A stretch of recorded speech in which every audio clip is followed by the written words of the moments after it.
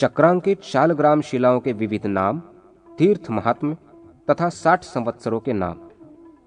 श्रीहरि ने कहा, हे शिव, चक्रांकित शालग्राम शिला की पूजा सब प्रकार के कल्याण मंगल प्रदान करती है। प्रथम शालग्राम शिला का नाम सुदर्शन है। इसमें एक चक्र का चिन्ह अंकित होता है। दूसरी शिला का नाम लक्ष्मी नारायण है। इसमें 2 चक्र के चिन्ह होते हैं। 3 चक्रों वाली शिला को अत्युच्च तथा 4 चक्रों वाली शिला को चतुर्भुज कहा जाता है। इस प्रकार चक्र समन्वित अन्य शालिग्राम शिलाओं को क्रमशः वासुदेव, प्रद्युम्न, संकर्षण तथा पुरुषोत्तम के नाम से अभिहित किया गया है। 9 चक्रों वाली शिला को नवव्यूह और 10 चक्रों वाली शिला को दशात्मक कहते हैं। 11 चक्रों से युक्त शिला को अनिरुद्ध एवं 12 चक्रों से समन्वित शिला का नाम द्वादशात्मक है। उसके ऊपर चक्रों की चाहे जितनी संख्या हो, उनसे लक्षित शिला मूर्ति का नाम भगवान अनंत कहा गया है। जो शिला मूर्ति सबसे सुंदर हो, उसका पूजन करना चाहिए। ऐसी सुदर्शन मूर्तियां पूजित होने पर सभी कामनाओं को पूर्ण करती हैं। जहां शालग्राम और द्वारका शिला रहती हैं और इन दोनों शिलाओं का जहां संगम है, वहां मुक्ति रहती है, इसमें संदेह नहीं है। हे शंकर, शालग्राम, द्वारका, नैमिष, पुष्कर, गया, वाराणसी, प्रयाग, कुरुक्षेत्र, सुकुरुक्षेत्र, गंगा, नर्मदा, चंद्रभागा, सरस्वती, पुरुषोत्तम क्षेत्र तथा महाकाल का अधिष्ठान उज्जैनी, ये सभी तीर्थ सब प्रकार के पापों का विनाश करने वाले एवं भुक्ति मुक्ति प्रदान करने वाले हैं।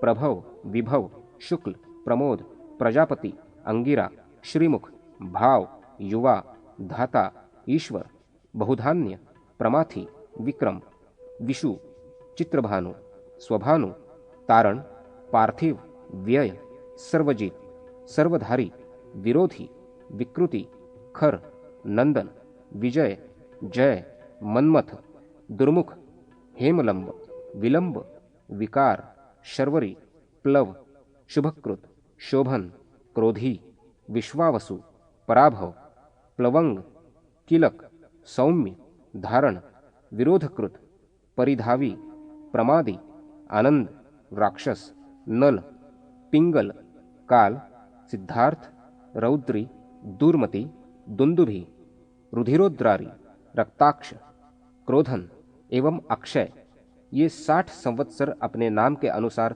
शुभ और अशुभ फल प्रदान करने वाले हैं। स्वर के उदय से कार्यों के शुभ और अशुभ का ज्ञान होता है।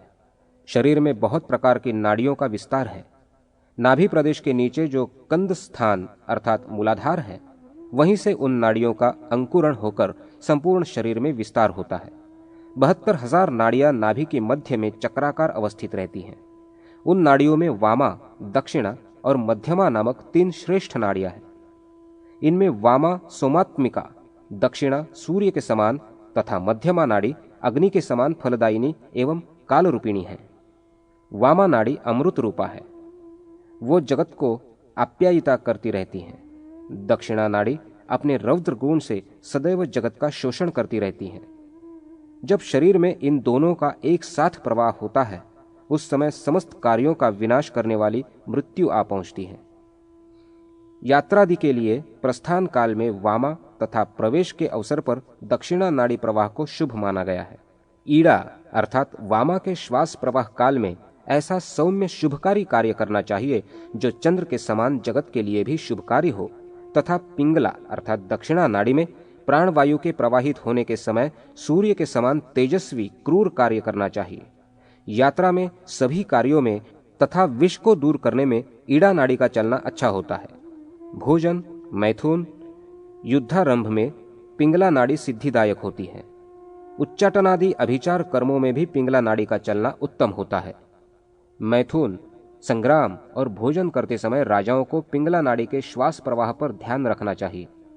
शुभ कार्यों के संपादन में, यात्रा में, विषापनोदन में तथा शांति एवं मुक्ति की सिद्धि में राजाओं को ईड़ा नाड़ी की गति पर विचार करना चाहिए।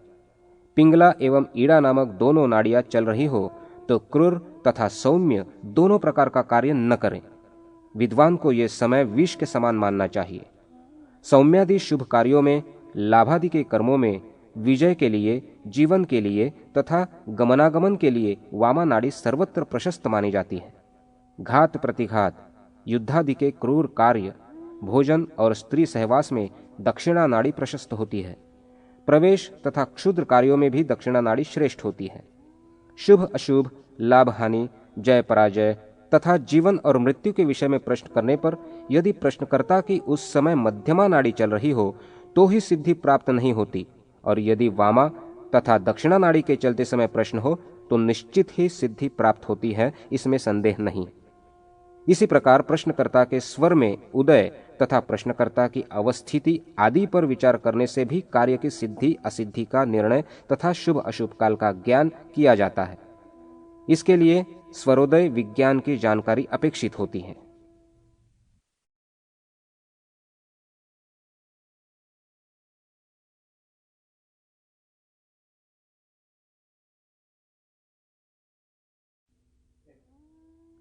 रत्नों के प्रादुर्भाव का आख्यान तथा वज्र हीरे की परीक्षा। सूत जी ने कहा, अब मैं रत्न परीक्षा का वर्णन करता हूँ। प्राचीन काल में बल नामक एक असुर था। उसने इंद्रादि सभी देवों को पराजित कर दिया था। उसको जीतने में देवगण समर्थ नहीं थे, अतः असमर्थ देवों ने एक यज्ञ करने का विचार किया और उस असुर के सन्निकट पहुंचकर उससे यज्ञ पशु बनने की अभ्यर्थना की। वचनबद्ध बलासुर ने अपना शरीर उन देवों को दान में दे दिया, अतः अपने वाग्वज्र से वो पशुवत मारा गया। वचन पर अडिग पशु शरीर वाले उस असुर ने संसार के कल्याणार्थ एवं देवताओं के हित कामना के कारण यज्ञ में शरीर का परित्याग किया था। उस विशुद्ध कर्म को करने से उसका शरीर भी विशुद्ध सत्वगुण संपन्न हो उठा था, अतः उसके शरीर के सभी अंग रत्नों के बीज के रूप में परिणत हो गए। इस प्रकार रत्नों की उत्पत्ति होने पर देवता, यक्ष, सिद्ध तथा नागों का उस समय बहुत बड़ा उपकार हुआ। जब वे सभी विमान के द्वारा उसके शरीर को आकाश मार्ग से ले जाने लगे तो यात्रा वेग के कारण उसका शरीर स्वतः खंड खंड होकर पृथ्वी पर इधर उधर गिरने लगा। बलासुर के शरीर के अंग खंड खंड होकर समुद्र, नदी, पर्वत, वन अथवा जहाँ कहीं रंच मात्र भी गिरे वहाँ रत्नों की खान बन गई और उन स्थानों की प्रसिद्धि उन्हीं रत्नों के नाम पर हो गई। पृथ्वी की उन खानों में विविध प्रकार के रत्न उत्पन्न होने लगे जो राक्षस, विष, सर्प, व्याधि तथा विविध प्रकार के पापों को नष्ट करने में समर्थ थे। रत्नों के विविध प्रकारों को वज्र, हीरा, मुक्तामणि, पद्मराग, मरकत, इंद्रनील, वैदूर्य, पुष्पराग, करकेतन, पुलक, रुधिर, स्फटिक तथा प्रवालादि कहा गया है। पारदर्शी विद्वजनों ने उनका ये नामकरण तथा संग्रह यथायोग्य गुणों को दृष्टि में रखकर किया है। अतः रत्न पारखी विद्वानों को सर्वप्रथम रत्नों के आकार, वर्ण, गुण, दोष, फल, परीक्षा तथा मूल्य आदि का ज्ञान तत्संबंधित सभी शास्त्रों के द्वारा विधिवत प्राप्त करना चाहिए, क्योंकि कुत्सित लग्न या अनेक कुयोगों से बाधित अशुभ दिनों में जिन रत्नों की उत्पत्ति होती है वे सभी दोषपूर्ण होकर अपनी गुण क्षमता को नष्ट करते हैं। ऐश्वर्य की इच्छा करने वाले राजा को चाहिए कि वो परीक्षा से किए गए अत्यंत शुद्ध रत्नों को धारण करे अथवा उनका संग्रह करे। जो रत्न शास्त्रों के ज्ञाता, कुशल, रत्न संग्रही तथा परीक्षण कार्य में दक्ष होते हैं उन्हीं को रत्नों के मूल्य और मात्रा को जानने वाला कहा गया है। वज्र हीरे को महाप्रभावशाली कहा गया है, इसलिए सर्वप्रथम उसी की परीक्षा को बताएंगे। वज्रायुध इंद्र पर विजय की अभिलाषा रखने वाले उस बल नामक असुर के अस्थिभाग पृथ्वी के जिन जिन स्थानों में गिरे वे हीरे बनकर उन स्थानों में नाना प्रकार की आकृति वाले हो गए। हिमांचल, मातंग, सौराष्ट्र, पौंड्र, कलिंग, कोसल, वेणुवा तट तथा सौवीर नामक 8 भूभाग हीरों के क्षेत्र हैं। हिमालय से उत्पन्न हीरे ताम्रवर्ण, वेणुका के तट से प्राप्त चंद्रमा के समान श्वेत, सौवीर देश वाले नीलकमल तथा कृष्णमेघ के समान, सौराष्ट्र प्रांतीय ताम्रवर्ण एवं कलिंग देशीय सोने के समान आभा वाले होते हैं। इसी प्रकार कुशल देश के हीरों का वर्ण पीत, पुंड देशीय श्याम तथा मतंग क्षेत्र वाले हल्के पीत वर्ण के होते हैं। यदि संसार में कहीं पर भी अत्यंत क्षुद्र वर्ण पार्श्व भागों में भली प्रकार से परिलक्षित होने वाली रेखा, विंदु कालिका, काक पदक और त्रास दोष से रहित परमाणु की भांति अत्यंत लघु तथा तीक्ष्ण धार से युक्त जो भी वज्र अर्थात हीरा दिखाई देता है उसमें निश्चित ही देवता का वास समझना चाहिए। रंग के अनुसार हीरकों में देवताओं के विग्रहों का निश्चय किया गया है। वर्ण को ध्यान में रखकर ही हीरों का विभाजन करना चाहिए। हरित, श्वेत, पीत, पिंगल, श्याम तथा ताम्रवर्ण के हीरे स्वभावतः सुंदर होते हैं। उन हीरों में क्रमानुसार विष्णु, वरुण, इंद्र, अग्नि, यम और मरुदेव प्रतिष्ठित रहते हैं। ब्राह्मण के लिए शंख, कुमुद अथवा स्फटिक के समान शुभ्र वर्ण का हीरा प्रशस्त होता है। क्षत्रिय के लिए शश, चंद्र लांछन के समान वर्ण वाला बभ्र, पिंगल भूरे वर्ण की धातु विशेष के समान वर्ण वाला विलोचन, आंख की तारा के समान वर्ण वाला वैश्य वर्ण के निमित्त कांत, कुमकुम अथवा कदली दल के समान आभा वाला तथा शूद्र वर्ण के लिए धौत, चांदी के समान अथवा तलवार के सदृश हीरा प्रशस्त है। विद्वानों ने राजाओं के योग्य 2 प्रकार के हीरों को उत्तम माना है, जो अन्य लोगों के लिए प्रशस्त नहीं होते हैं। जो हीरा जवा वर्ण तथा प्रवाल के समान रक्तवर्ण अथवा हल्दी रस के सदृश पीत वर्ण का होता है, वो राजाओं के लिए लाभप्रद है। सभी वर्णों का स्वामी होने के कारण अथवा समस्त वर्णों के गुणों को अपने में समाविष्ट करने के उद्देश्य से राजाओं को सभी के कल्याण की इच्छा से उक्त 2 प्रकार के हीरों को धारण करना चाहिए। ऐसे हीरों को धारण करने का अधिकार अन्य के लिए किसी भी प्रकार से नहीं है। जिस प्रकार लोक में निम्न और उच्च वर्ण का वर्ण सांकर्य दोषावह और दुखदायी होता है, रत्नों का वर्ण सांकर्य उससे भी अधिक दुखदायी होता है। केवल वर्णमात्र को देखकर ही विद्वानों को रत्न का संचय नहीं करना चाहिए, क्योंकि जो गुणवान रत्न होता है वही गुण और संपत्ति की विभूति होता है। इसके विपरीत गुणहीन रत्न कष्ट का सेतु है। जिस हीरे का एक भी श्रृंग टूटा हुआ अथवा छिन्न भिन्न दिखाई दे, तो गुणवान होने पर भी धनार्थी जनों को उसे अपने घर में नहीं रखना चाहिए। अग्नि के समान स्फुटित विशीर्ण श्रृंग भाग से युक्त मलिन वर्ण वाले तथा मध्य में बिंदुओं से चिन्हित हीरक को धारण करने पर इंद्र भी श्रीहीन हो जाते हैं।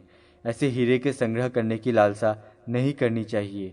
जिस हीरे का एक भाग अस्त्र शस्त्रादि से विदीर्ण शत विक्षत शरीर की आभा को प्राप्त हो तथा वो रक्त वर्ण से चित्रित हो, तो वैसा हीरा इच्छा मृत्यु से संपन्न शक्तिशाली व्यक्ति की भी शीघ्र मृत्यु को रोक नहीं सकता है। ऐसे हीरे को धारण नहीं करना चाहिए।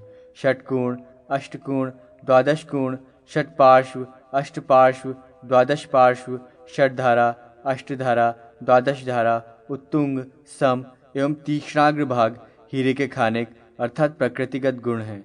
जो हीरा षटकोण, विशुद्ध, निर्मल, तीक्ष्ण धार वाला, लघु, सुंदर पार्श्व भाग से युक्त और निर्दोष है तथा इंद्रायुध वज्र के समान स्फुरित अपनी प्रभा को विकीर्ण करने में समर्थ हो, तो अंतरिक्ष भाग में स्थित वो हीरा इस पृथ्वीलोक में भी सुलभ नहीं है।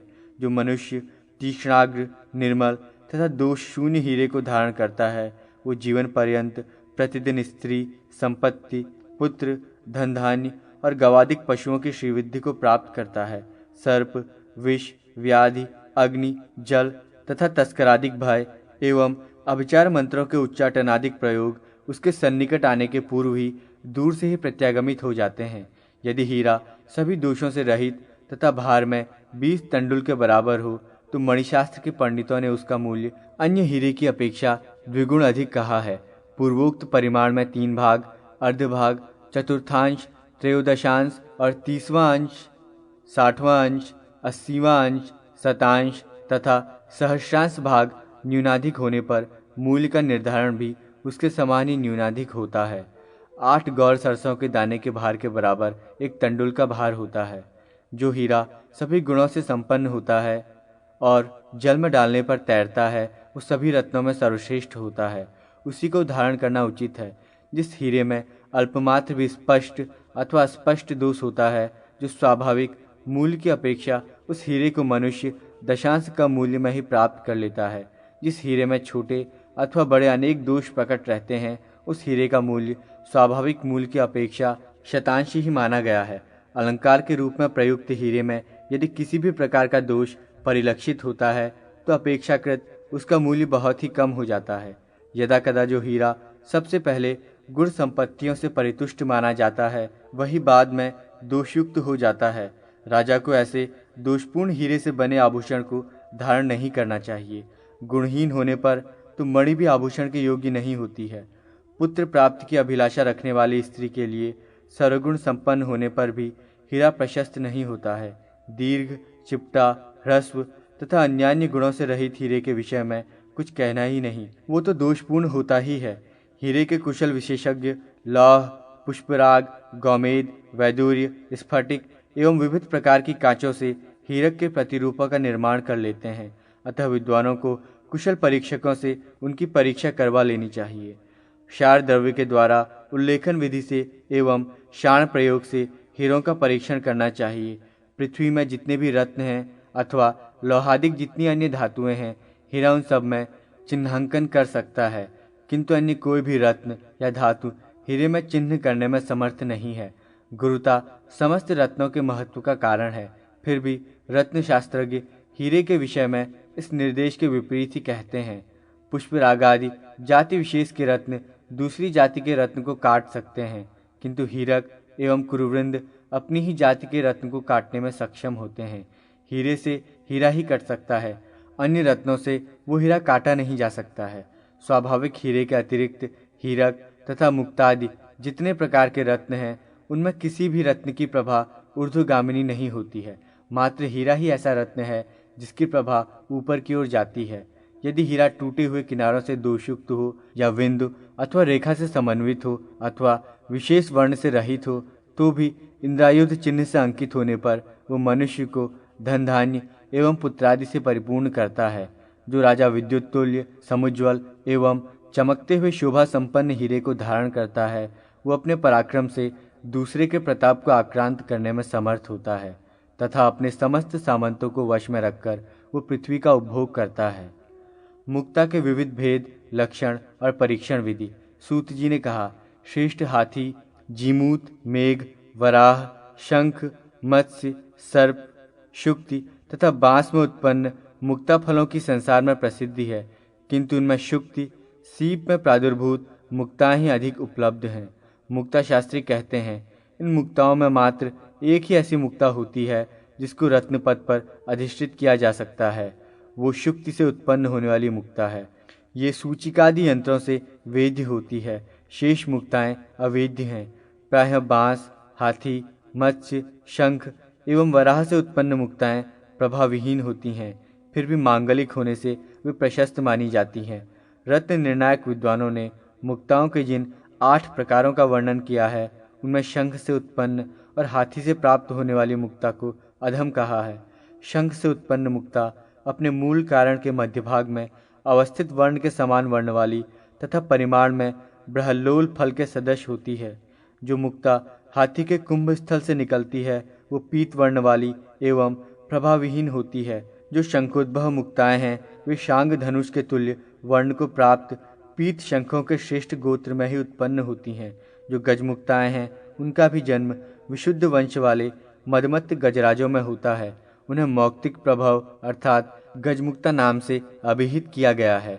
इनसे प्राप्त मुक्ता पूर्णतया पीत वर्ण से युक्त एवं प्रभाविहीन होती है। मत्स्य से उत्पन्न मुक्ता पाठीन मत्स्य की पीठ के समान वर्ण वाली, अत्यंत सुंदर, वृत्ताकार, लघु एवं अत्यधिक सूक्ष्म होती है। ये जलचर प्राणियों के मुखों में होती है। उनमें भी जो मत्स्य अथवा समुद्र की जलराशि में विचरण करते हैं, वे इसके जनक होते हैं। वराह के दांतों से उत्पन्न मुक्ता उसके ही दंतांकुरों के सदृश वर्ण वाली होती है, किंतु ऐसी मुक्ता प्रदान करने वाले विशिष्ट वराहराज कहीं किसी विशेष भूप्रदेश में ही पाए जाते हैं। बांस के पर्वों से उत्पन्न मुक्ताएं वर्षोपल ओले के समान समुज्ज्वल वर्ण की सुंदर शोभा से सुशोभित रहती हैं। ऐसी मुक्ताओं के जनक बांसों के वंश दिव्यजनों के लिए उपभोग्य विशेष स्थान में अंकुरित होते हैं। वे सार्वजनिक स्थानों में नहीं पाए जाते। सर्प मुक्ता मत्स्य मुक्ता के सदृश विशुद्ध तथा वृत्ताकार होती है। स्थान विशेष के कारण उसकी अत्यंत उज्ज्वल शोभा होती है। इसकी कांति शाण पर चढ़ाई गई तलवार की धार के समान अत्यंत स्वच्छ होती है। सर्पों के सिर से प्राप्त होने वाली इस मुक्ता को अर्जित करने वाले मनुष्य अतिशय प्रभा संपन्न, राज्य लक्ष्मी से युक्त तथा दुस्साध्य महान ऐश्वर्य संपन्न, तेजस्वी एवं पुण्यवान होते हैं। रत्नों के गुण एवं अवगुणों को जानने की इच्छा से यदि रत्न विधियों में पूर्ण अधिकार रखने वाले विद्वानों के द्वारा शुभ मुहूर्त में प्रयत्न पूर्वक समस्त रक्षा विधि से संपन्न भवन के ऊपर उस मुक्ता को स्थापित करा दिया जाए, तो उस समय आकाश में देव दुंदुभियों की ध्वनि परिव्याप्त हो उठती है। इंद्रधनुष की टंकार, विद्युल्लताओं के संघर्षण एवं सघन पयोधरों की पारस्परिक टकराहट से अंतरिक्ष आच्छादित हो उठता है। जिसके कोषागार में ये सर्प मुक्ता रहती है, उसकी मृत्यु सर्प, राक्षस, व्याधि या अन्य आभिचारिक दोष के कारण नहीं होती। मेघ से उत्पन्न होने वाली मुक्ता पृथ्वी तक आ ही नहीं पाती। देवगण आकाश में ही उसका हरण कर लेते हैं। उस मेघ मुक्ता के तेज की दिव्य कांति से अनावृत समस्त दिशाएं आलोकित हो उठती हैं। सूर्य के समान दैदीप्यमान उसका परिमंडल देखने में कष्ट साध्य होता है। अग्नि, चंद्र, नक्षत्र तथा ताराओं के तेज को तिरस्कृत करके जैसे सूर्य के कारण दिन प्रतिभासित होता है, उसी प्रकार गहन अंधकार से भरी हुई रात्रियों में भी उस मेघ मुक्ता का तेज दिन की प्रभा के समान ही प्रभा को विकीर्ण करता है। विचित्र रत्न कांति को प्राप्त सुंदर आभूषण को प्रशस्त बनाने के लिए जलराशि वाले चारों समुद्रों से इस मुक्ता का जन्म हुआ है। मेरा पूर्ण विश्वास है कि इसका कोई मूल्य निर्धारित नहीं किया जा सकता। ये जिसके पास रहती है वो राजा होता है। उसके राज्य की संपूर्ण भूमि सोने से परिपूर्ण होती है।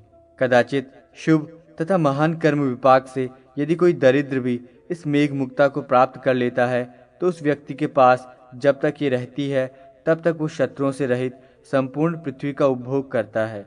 ये मेघमणि मात्र राजा के लिए ही शुभप्रद है ऐसा नहीं है, अपितु प्रजाओं के भाग्य से भी इसका जन्म होता है। ये अपने चारों ओर सहस्त्र योजन पर्यंत क्षेत्र में अनर्थों को आने नहीं देती।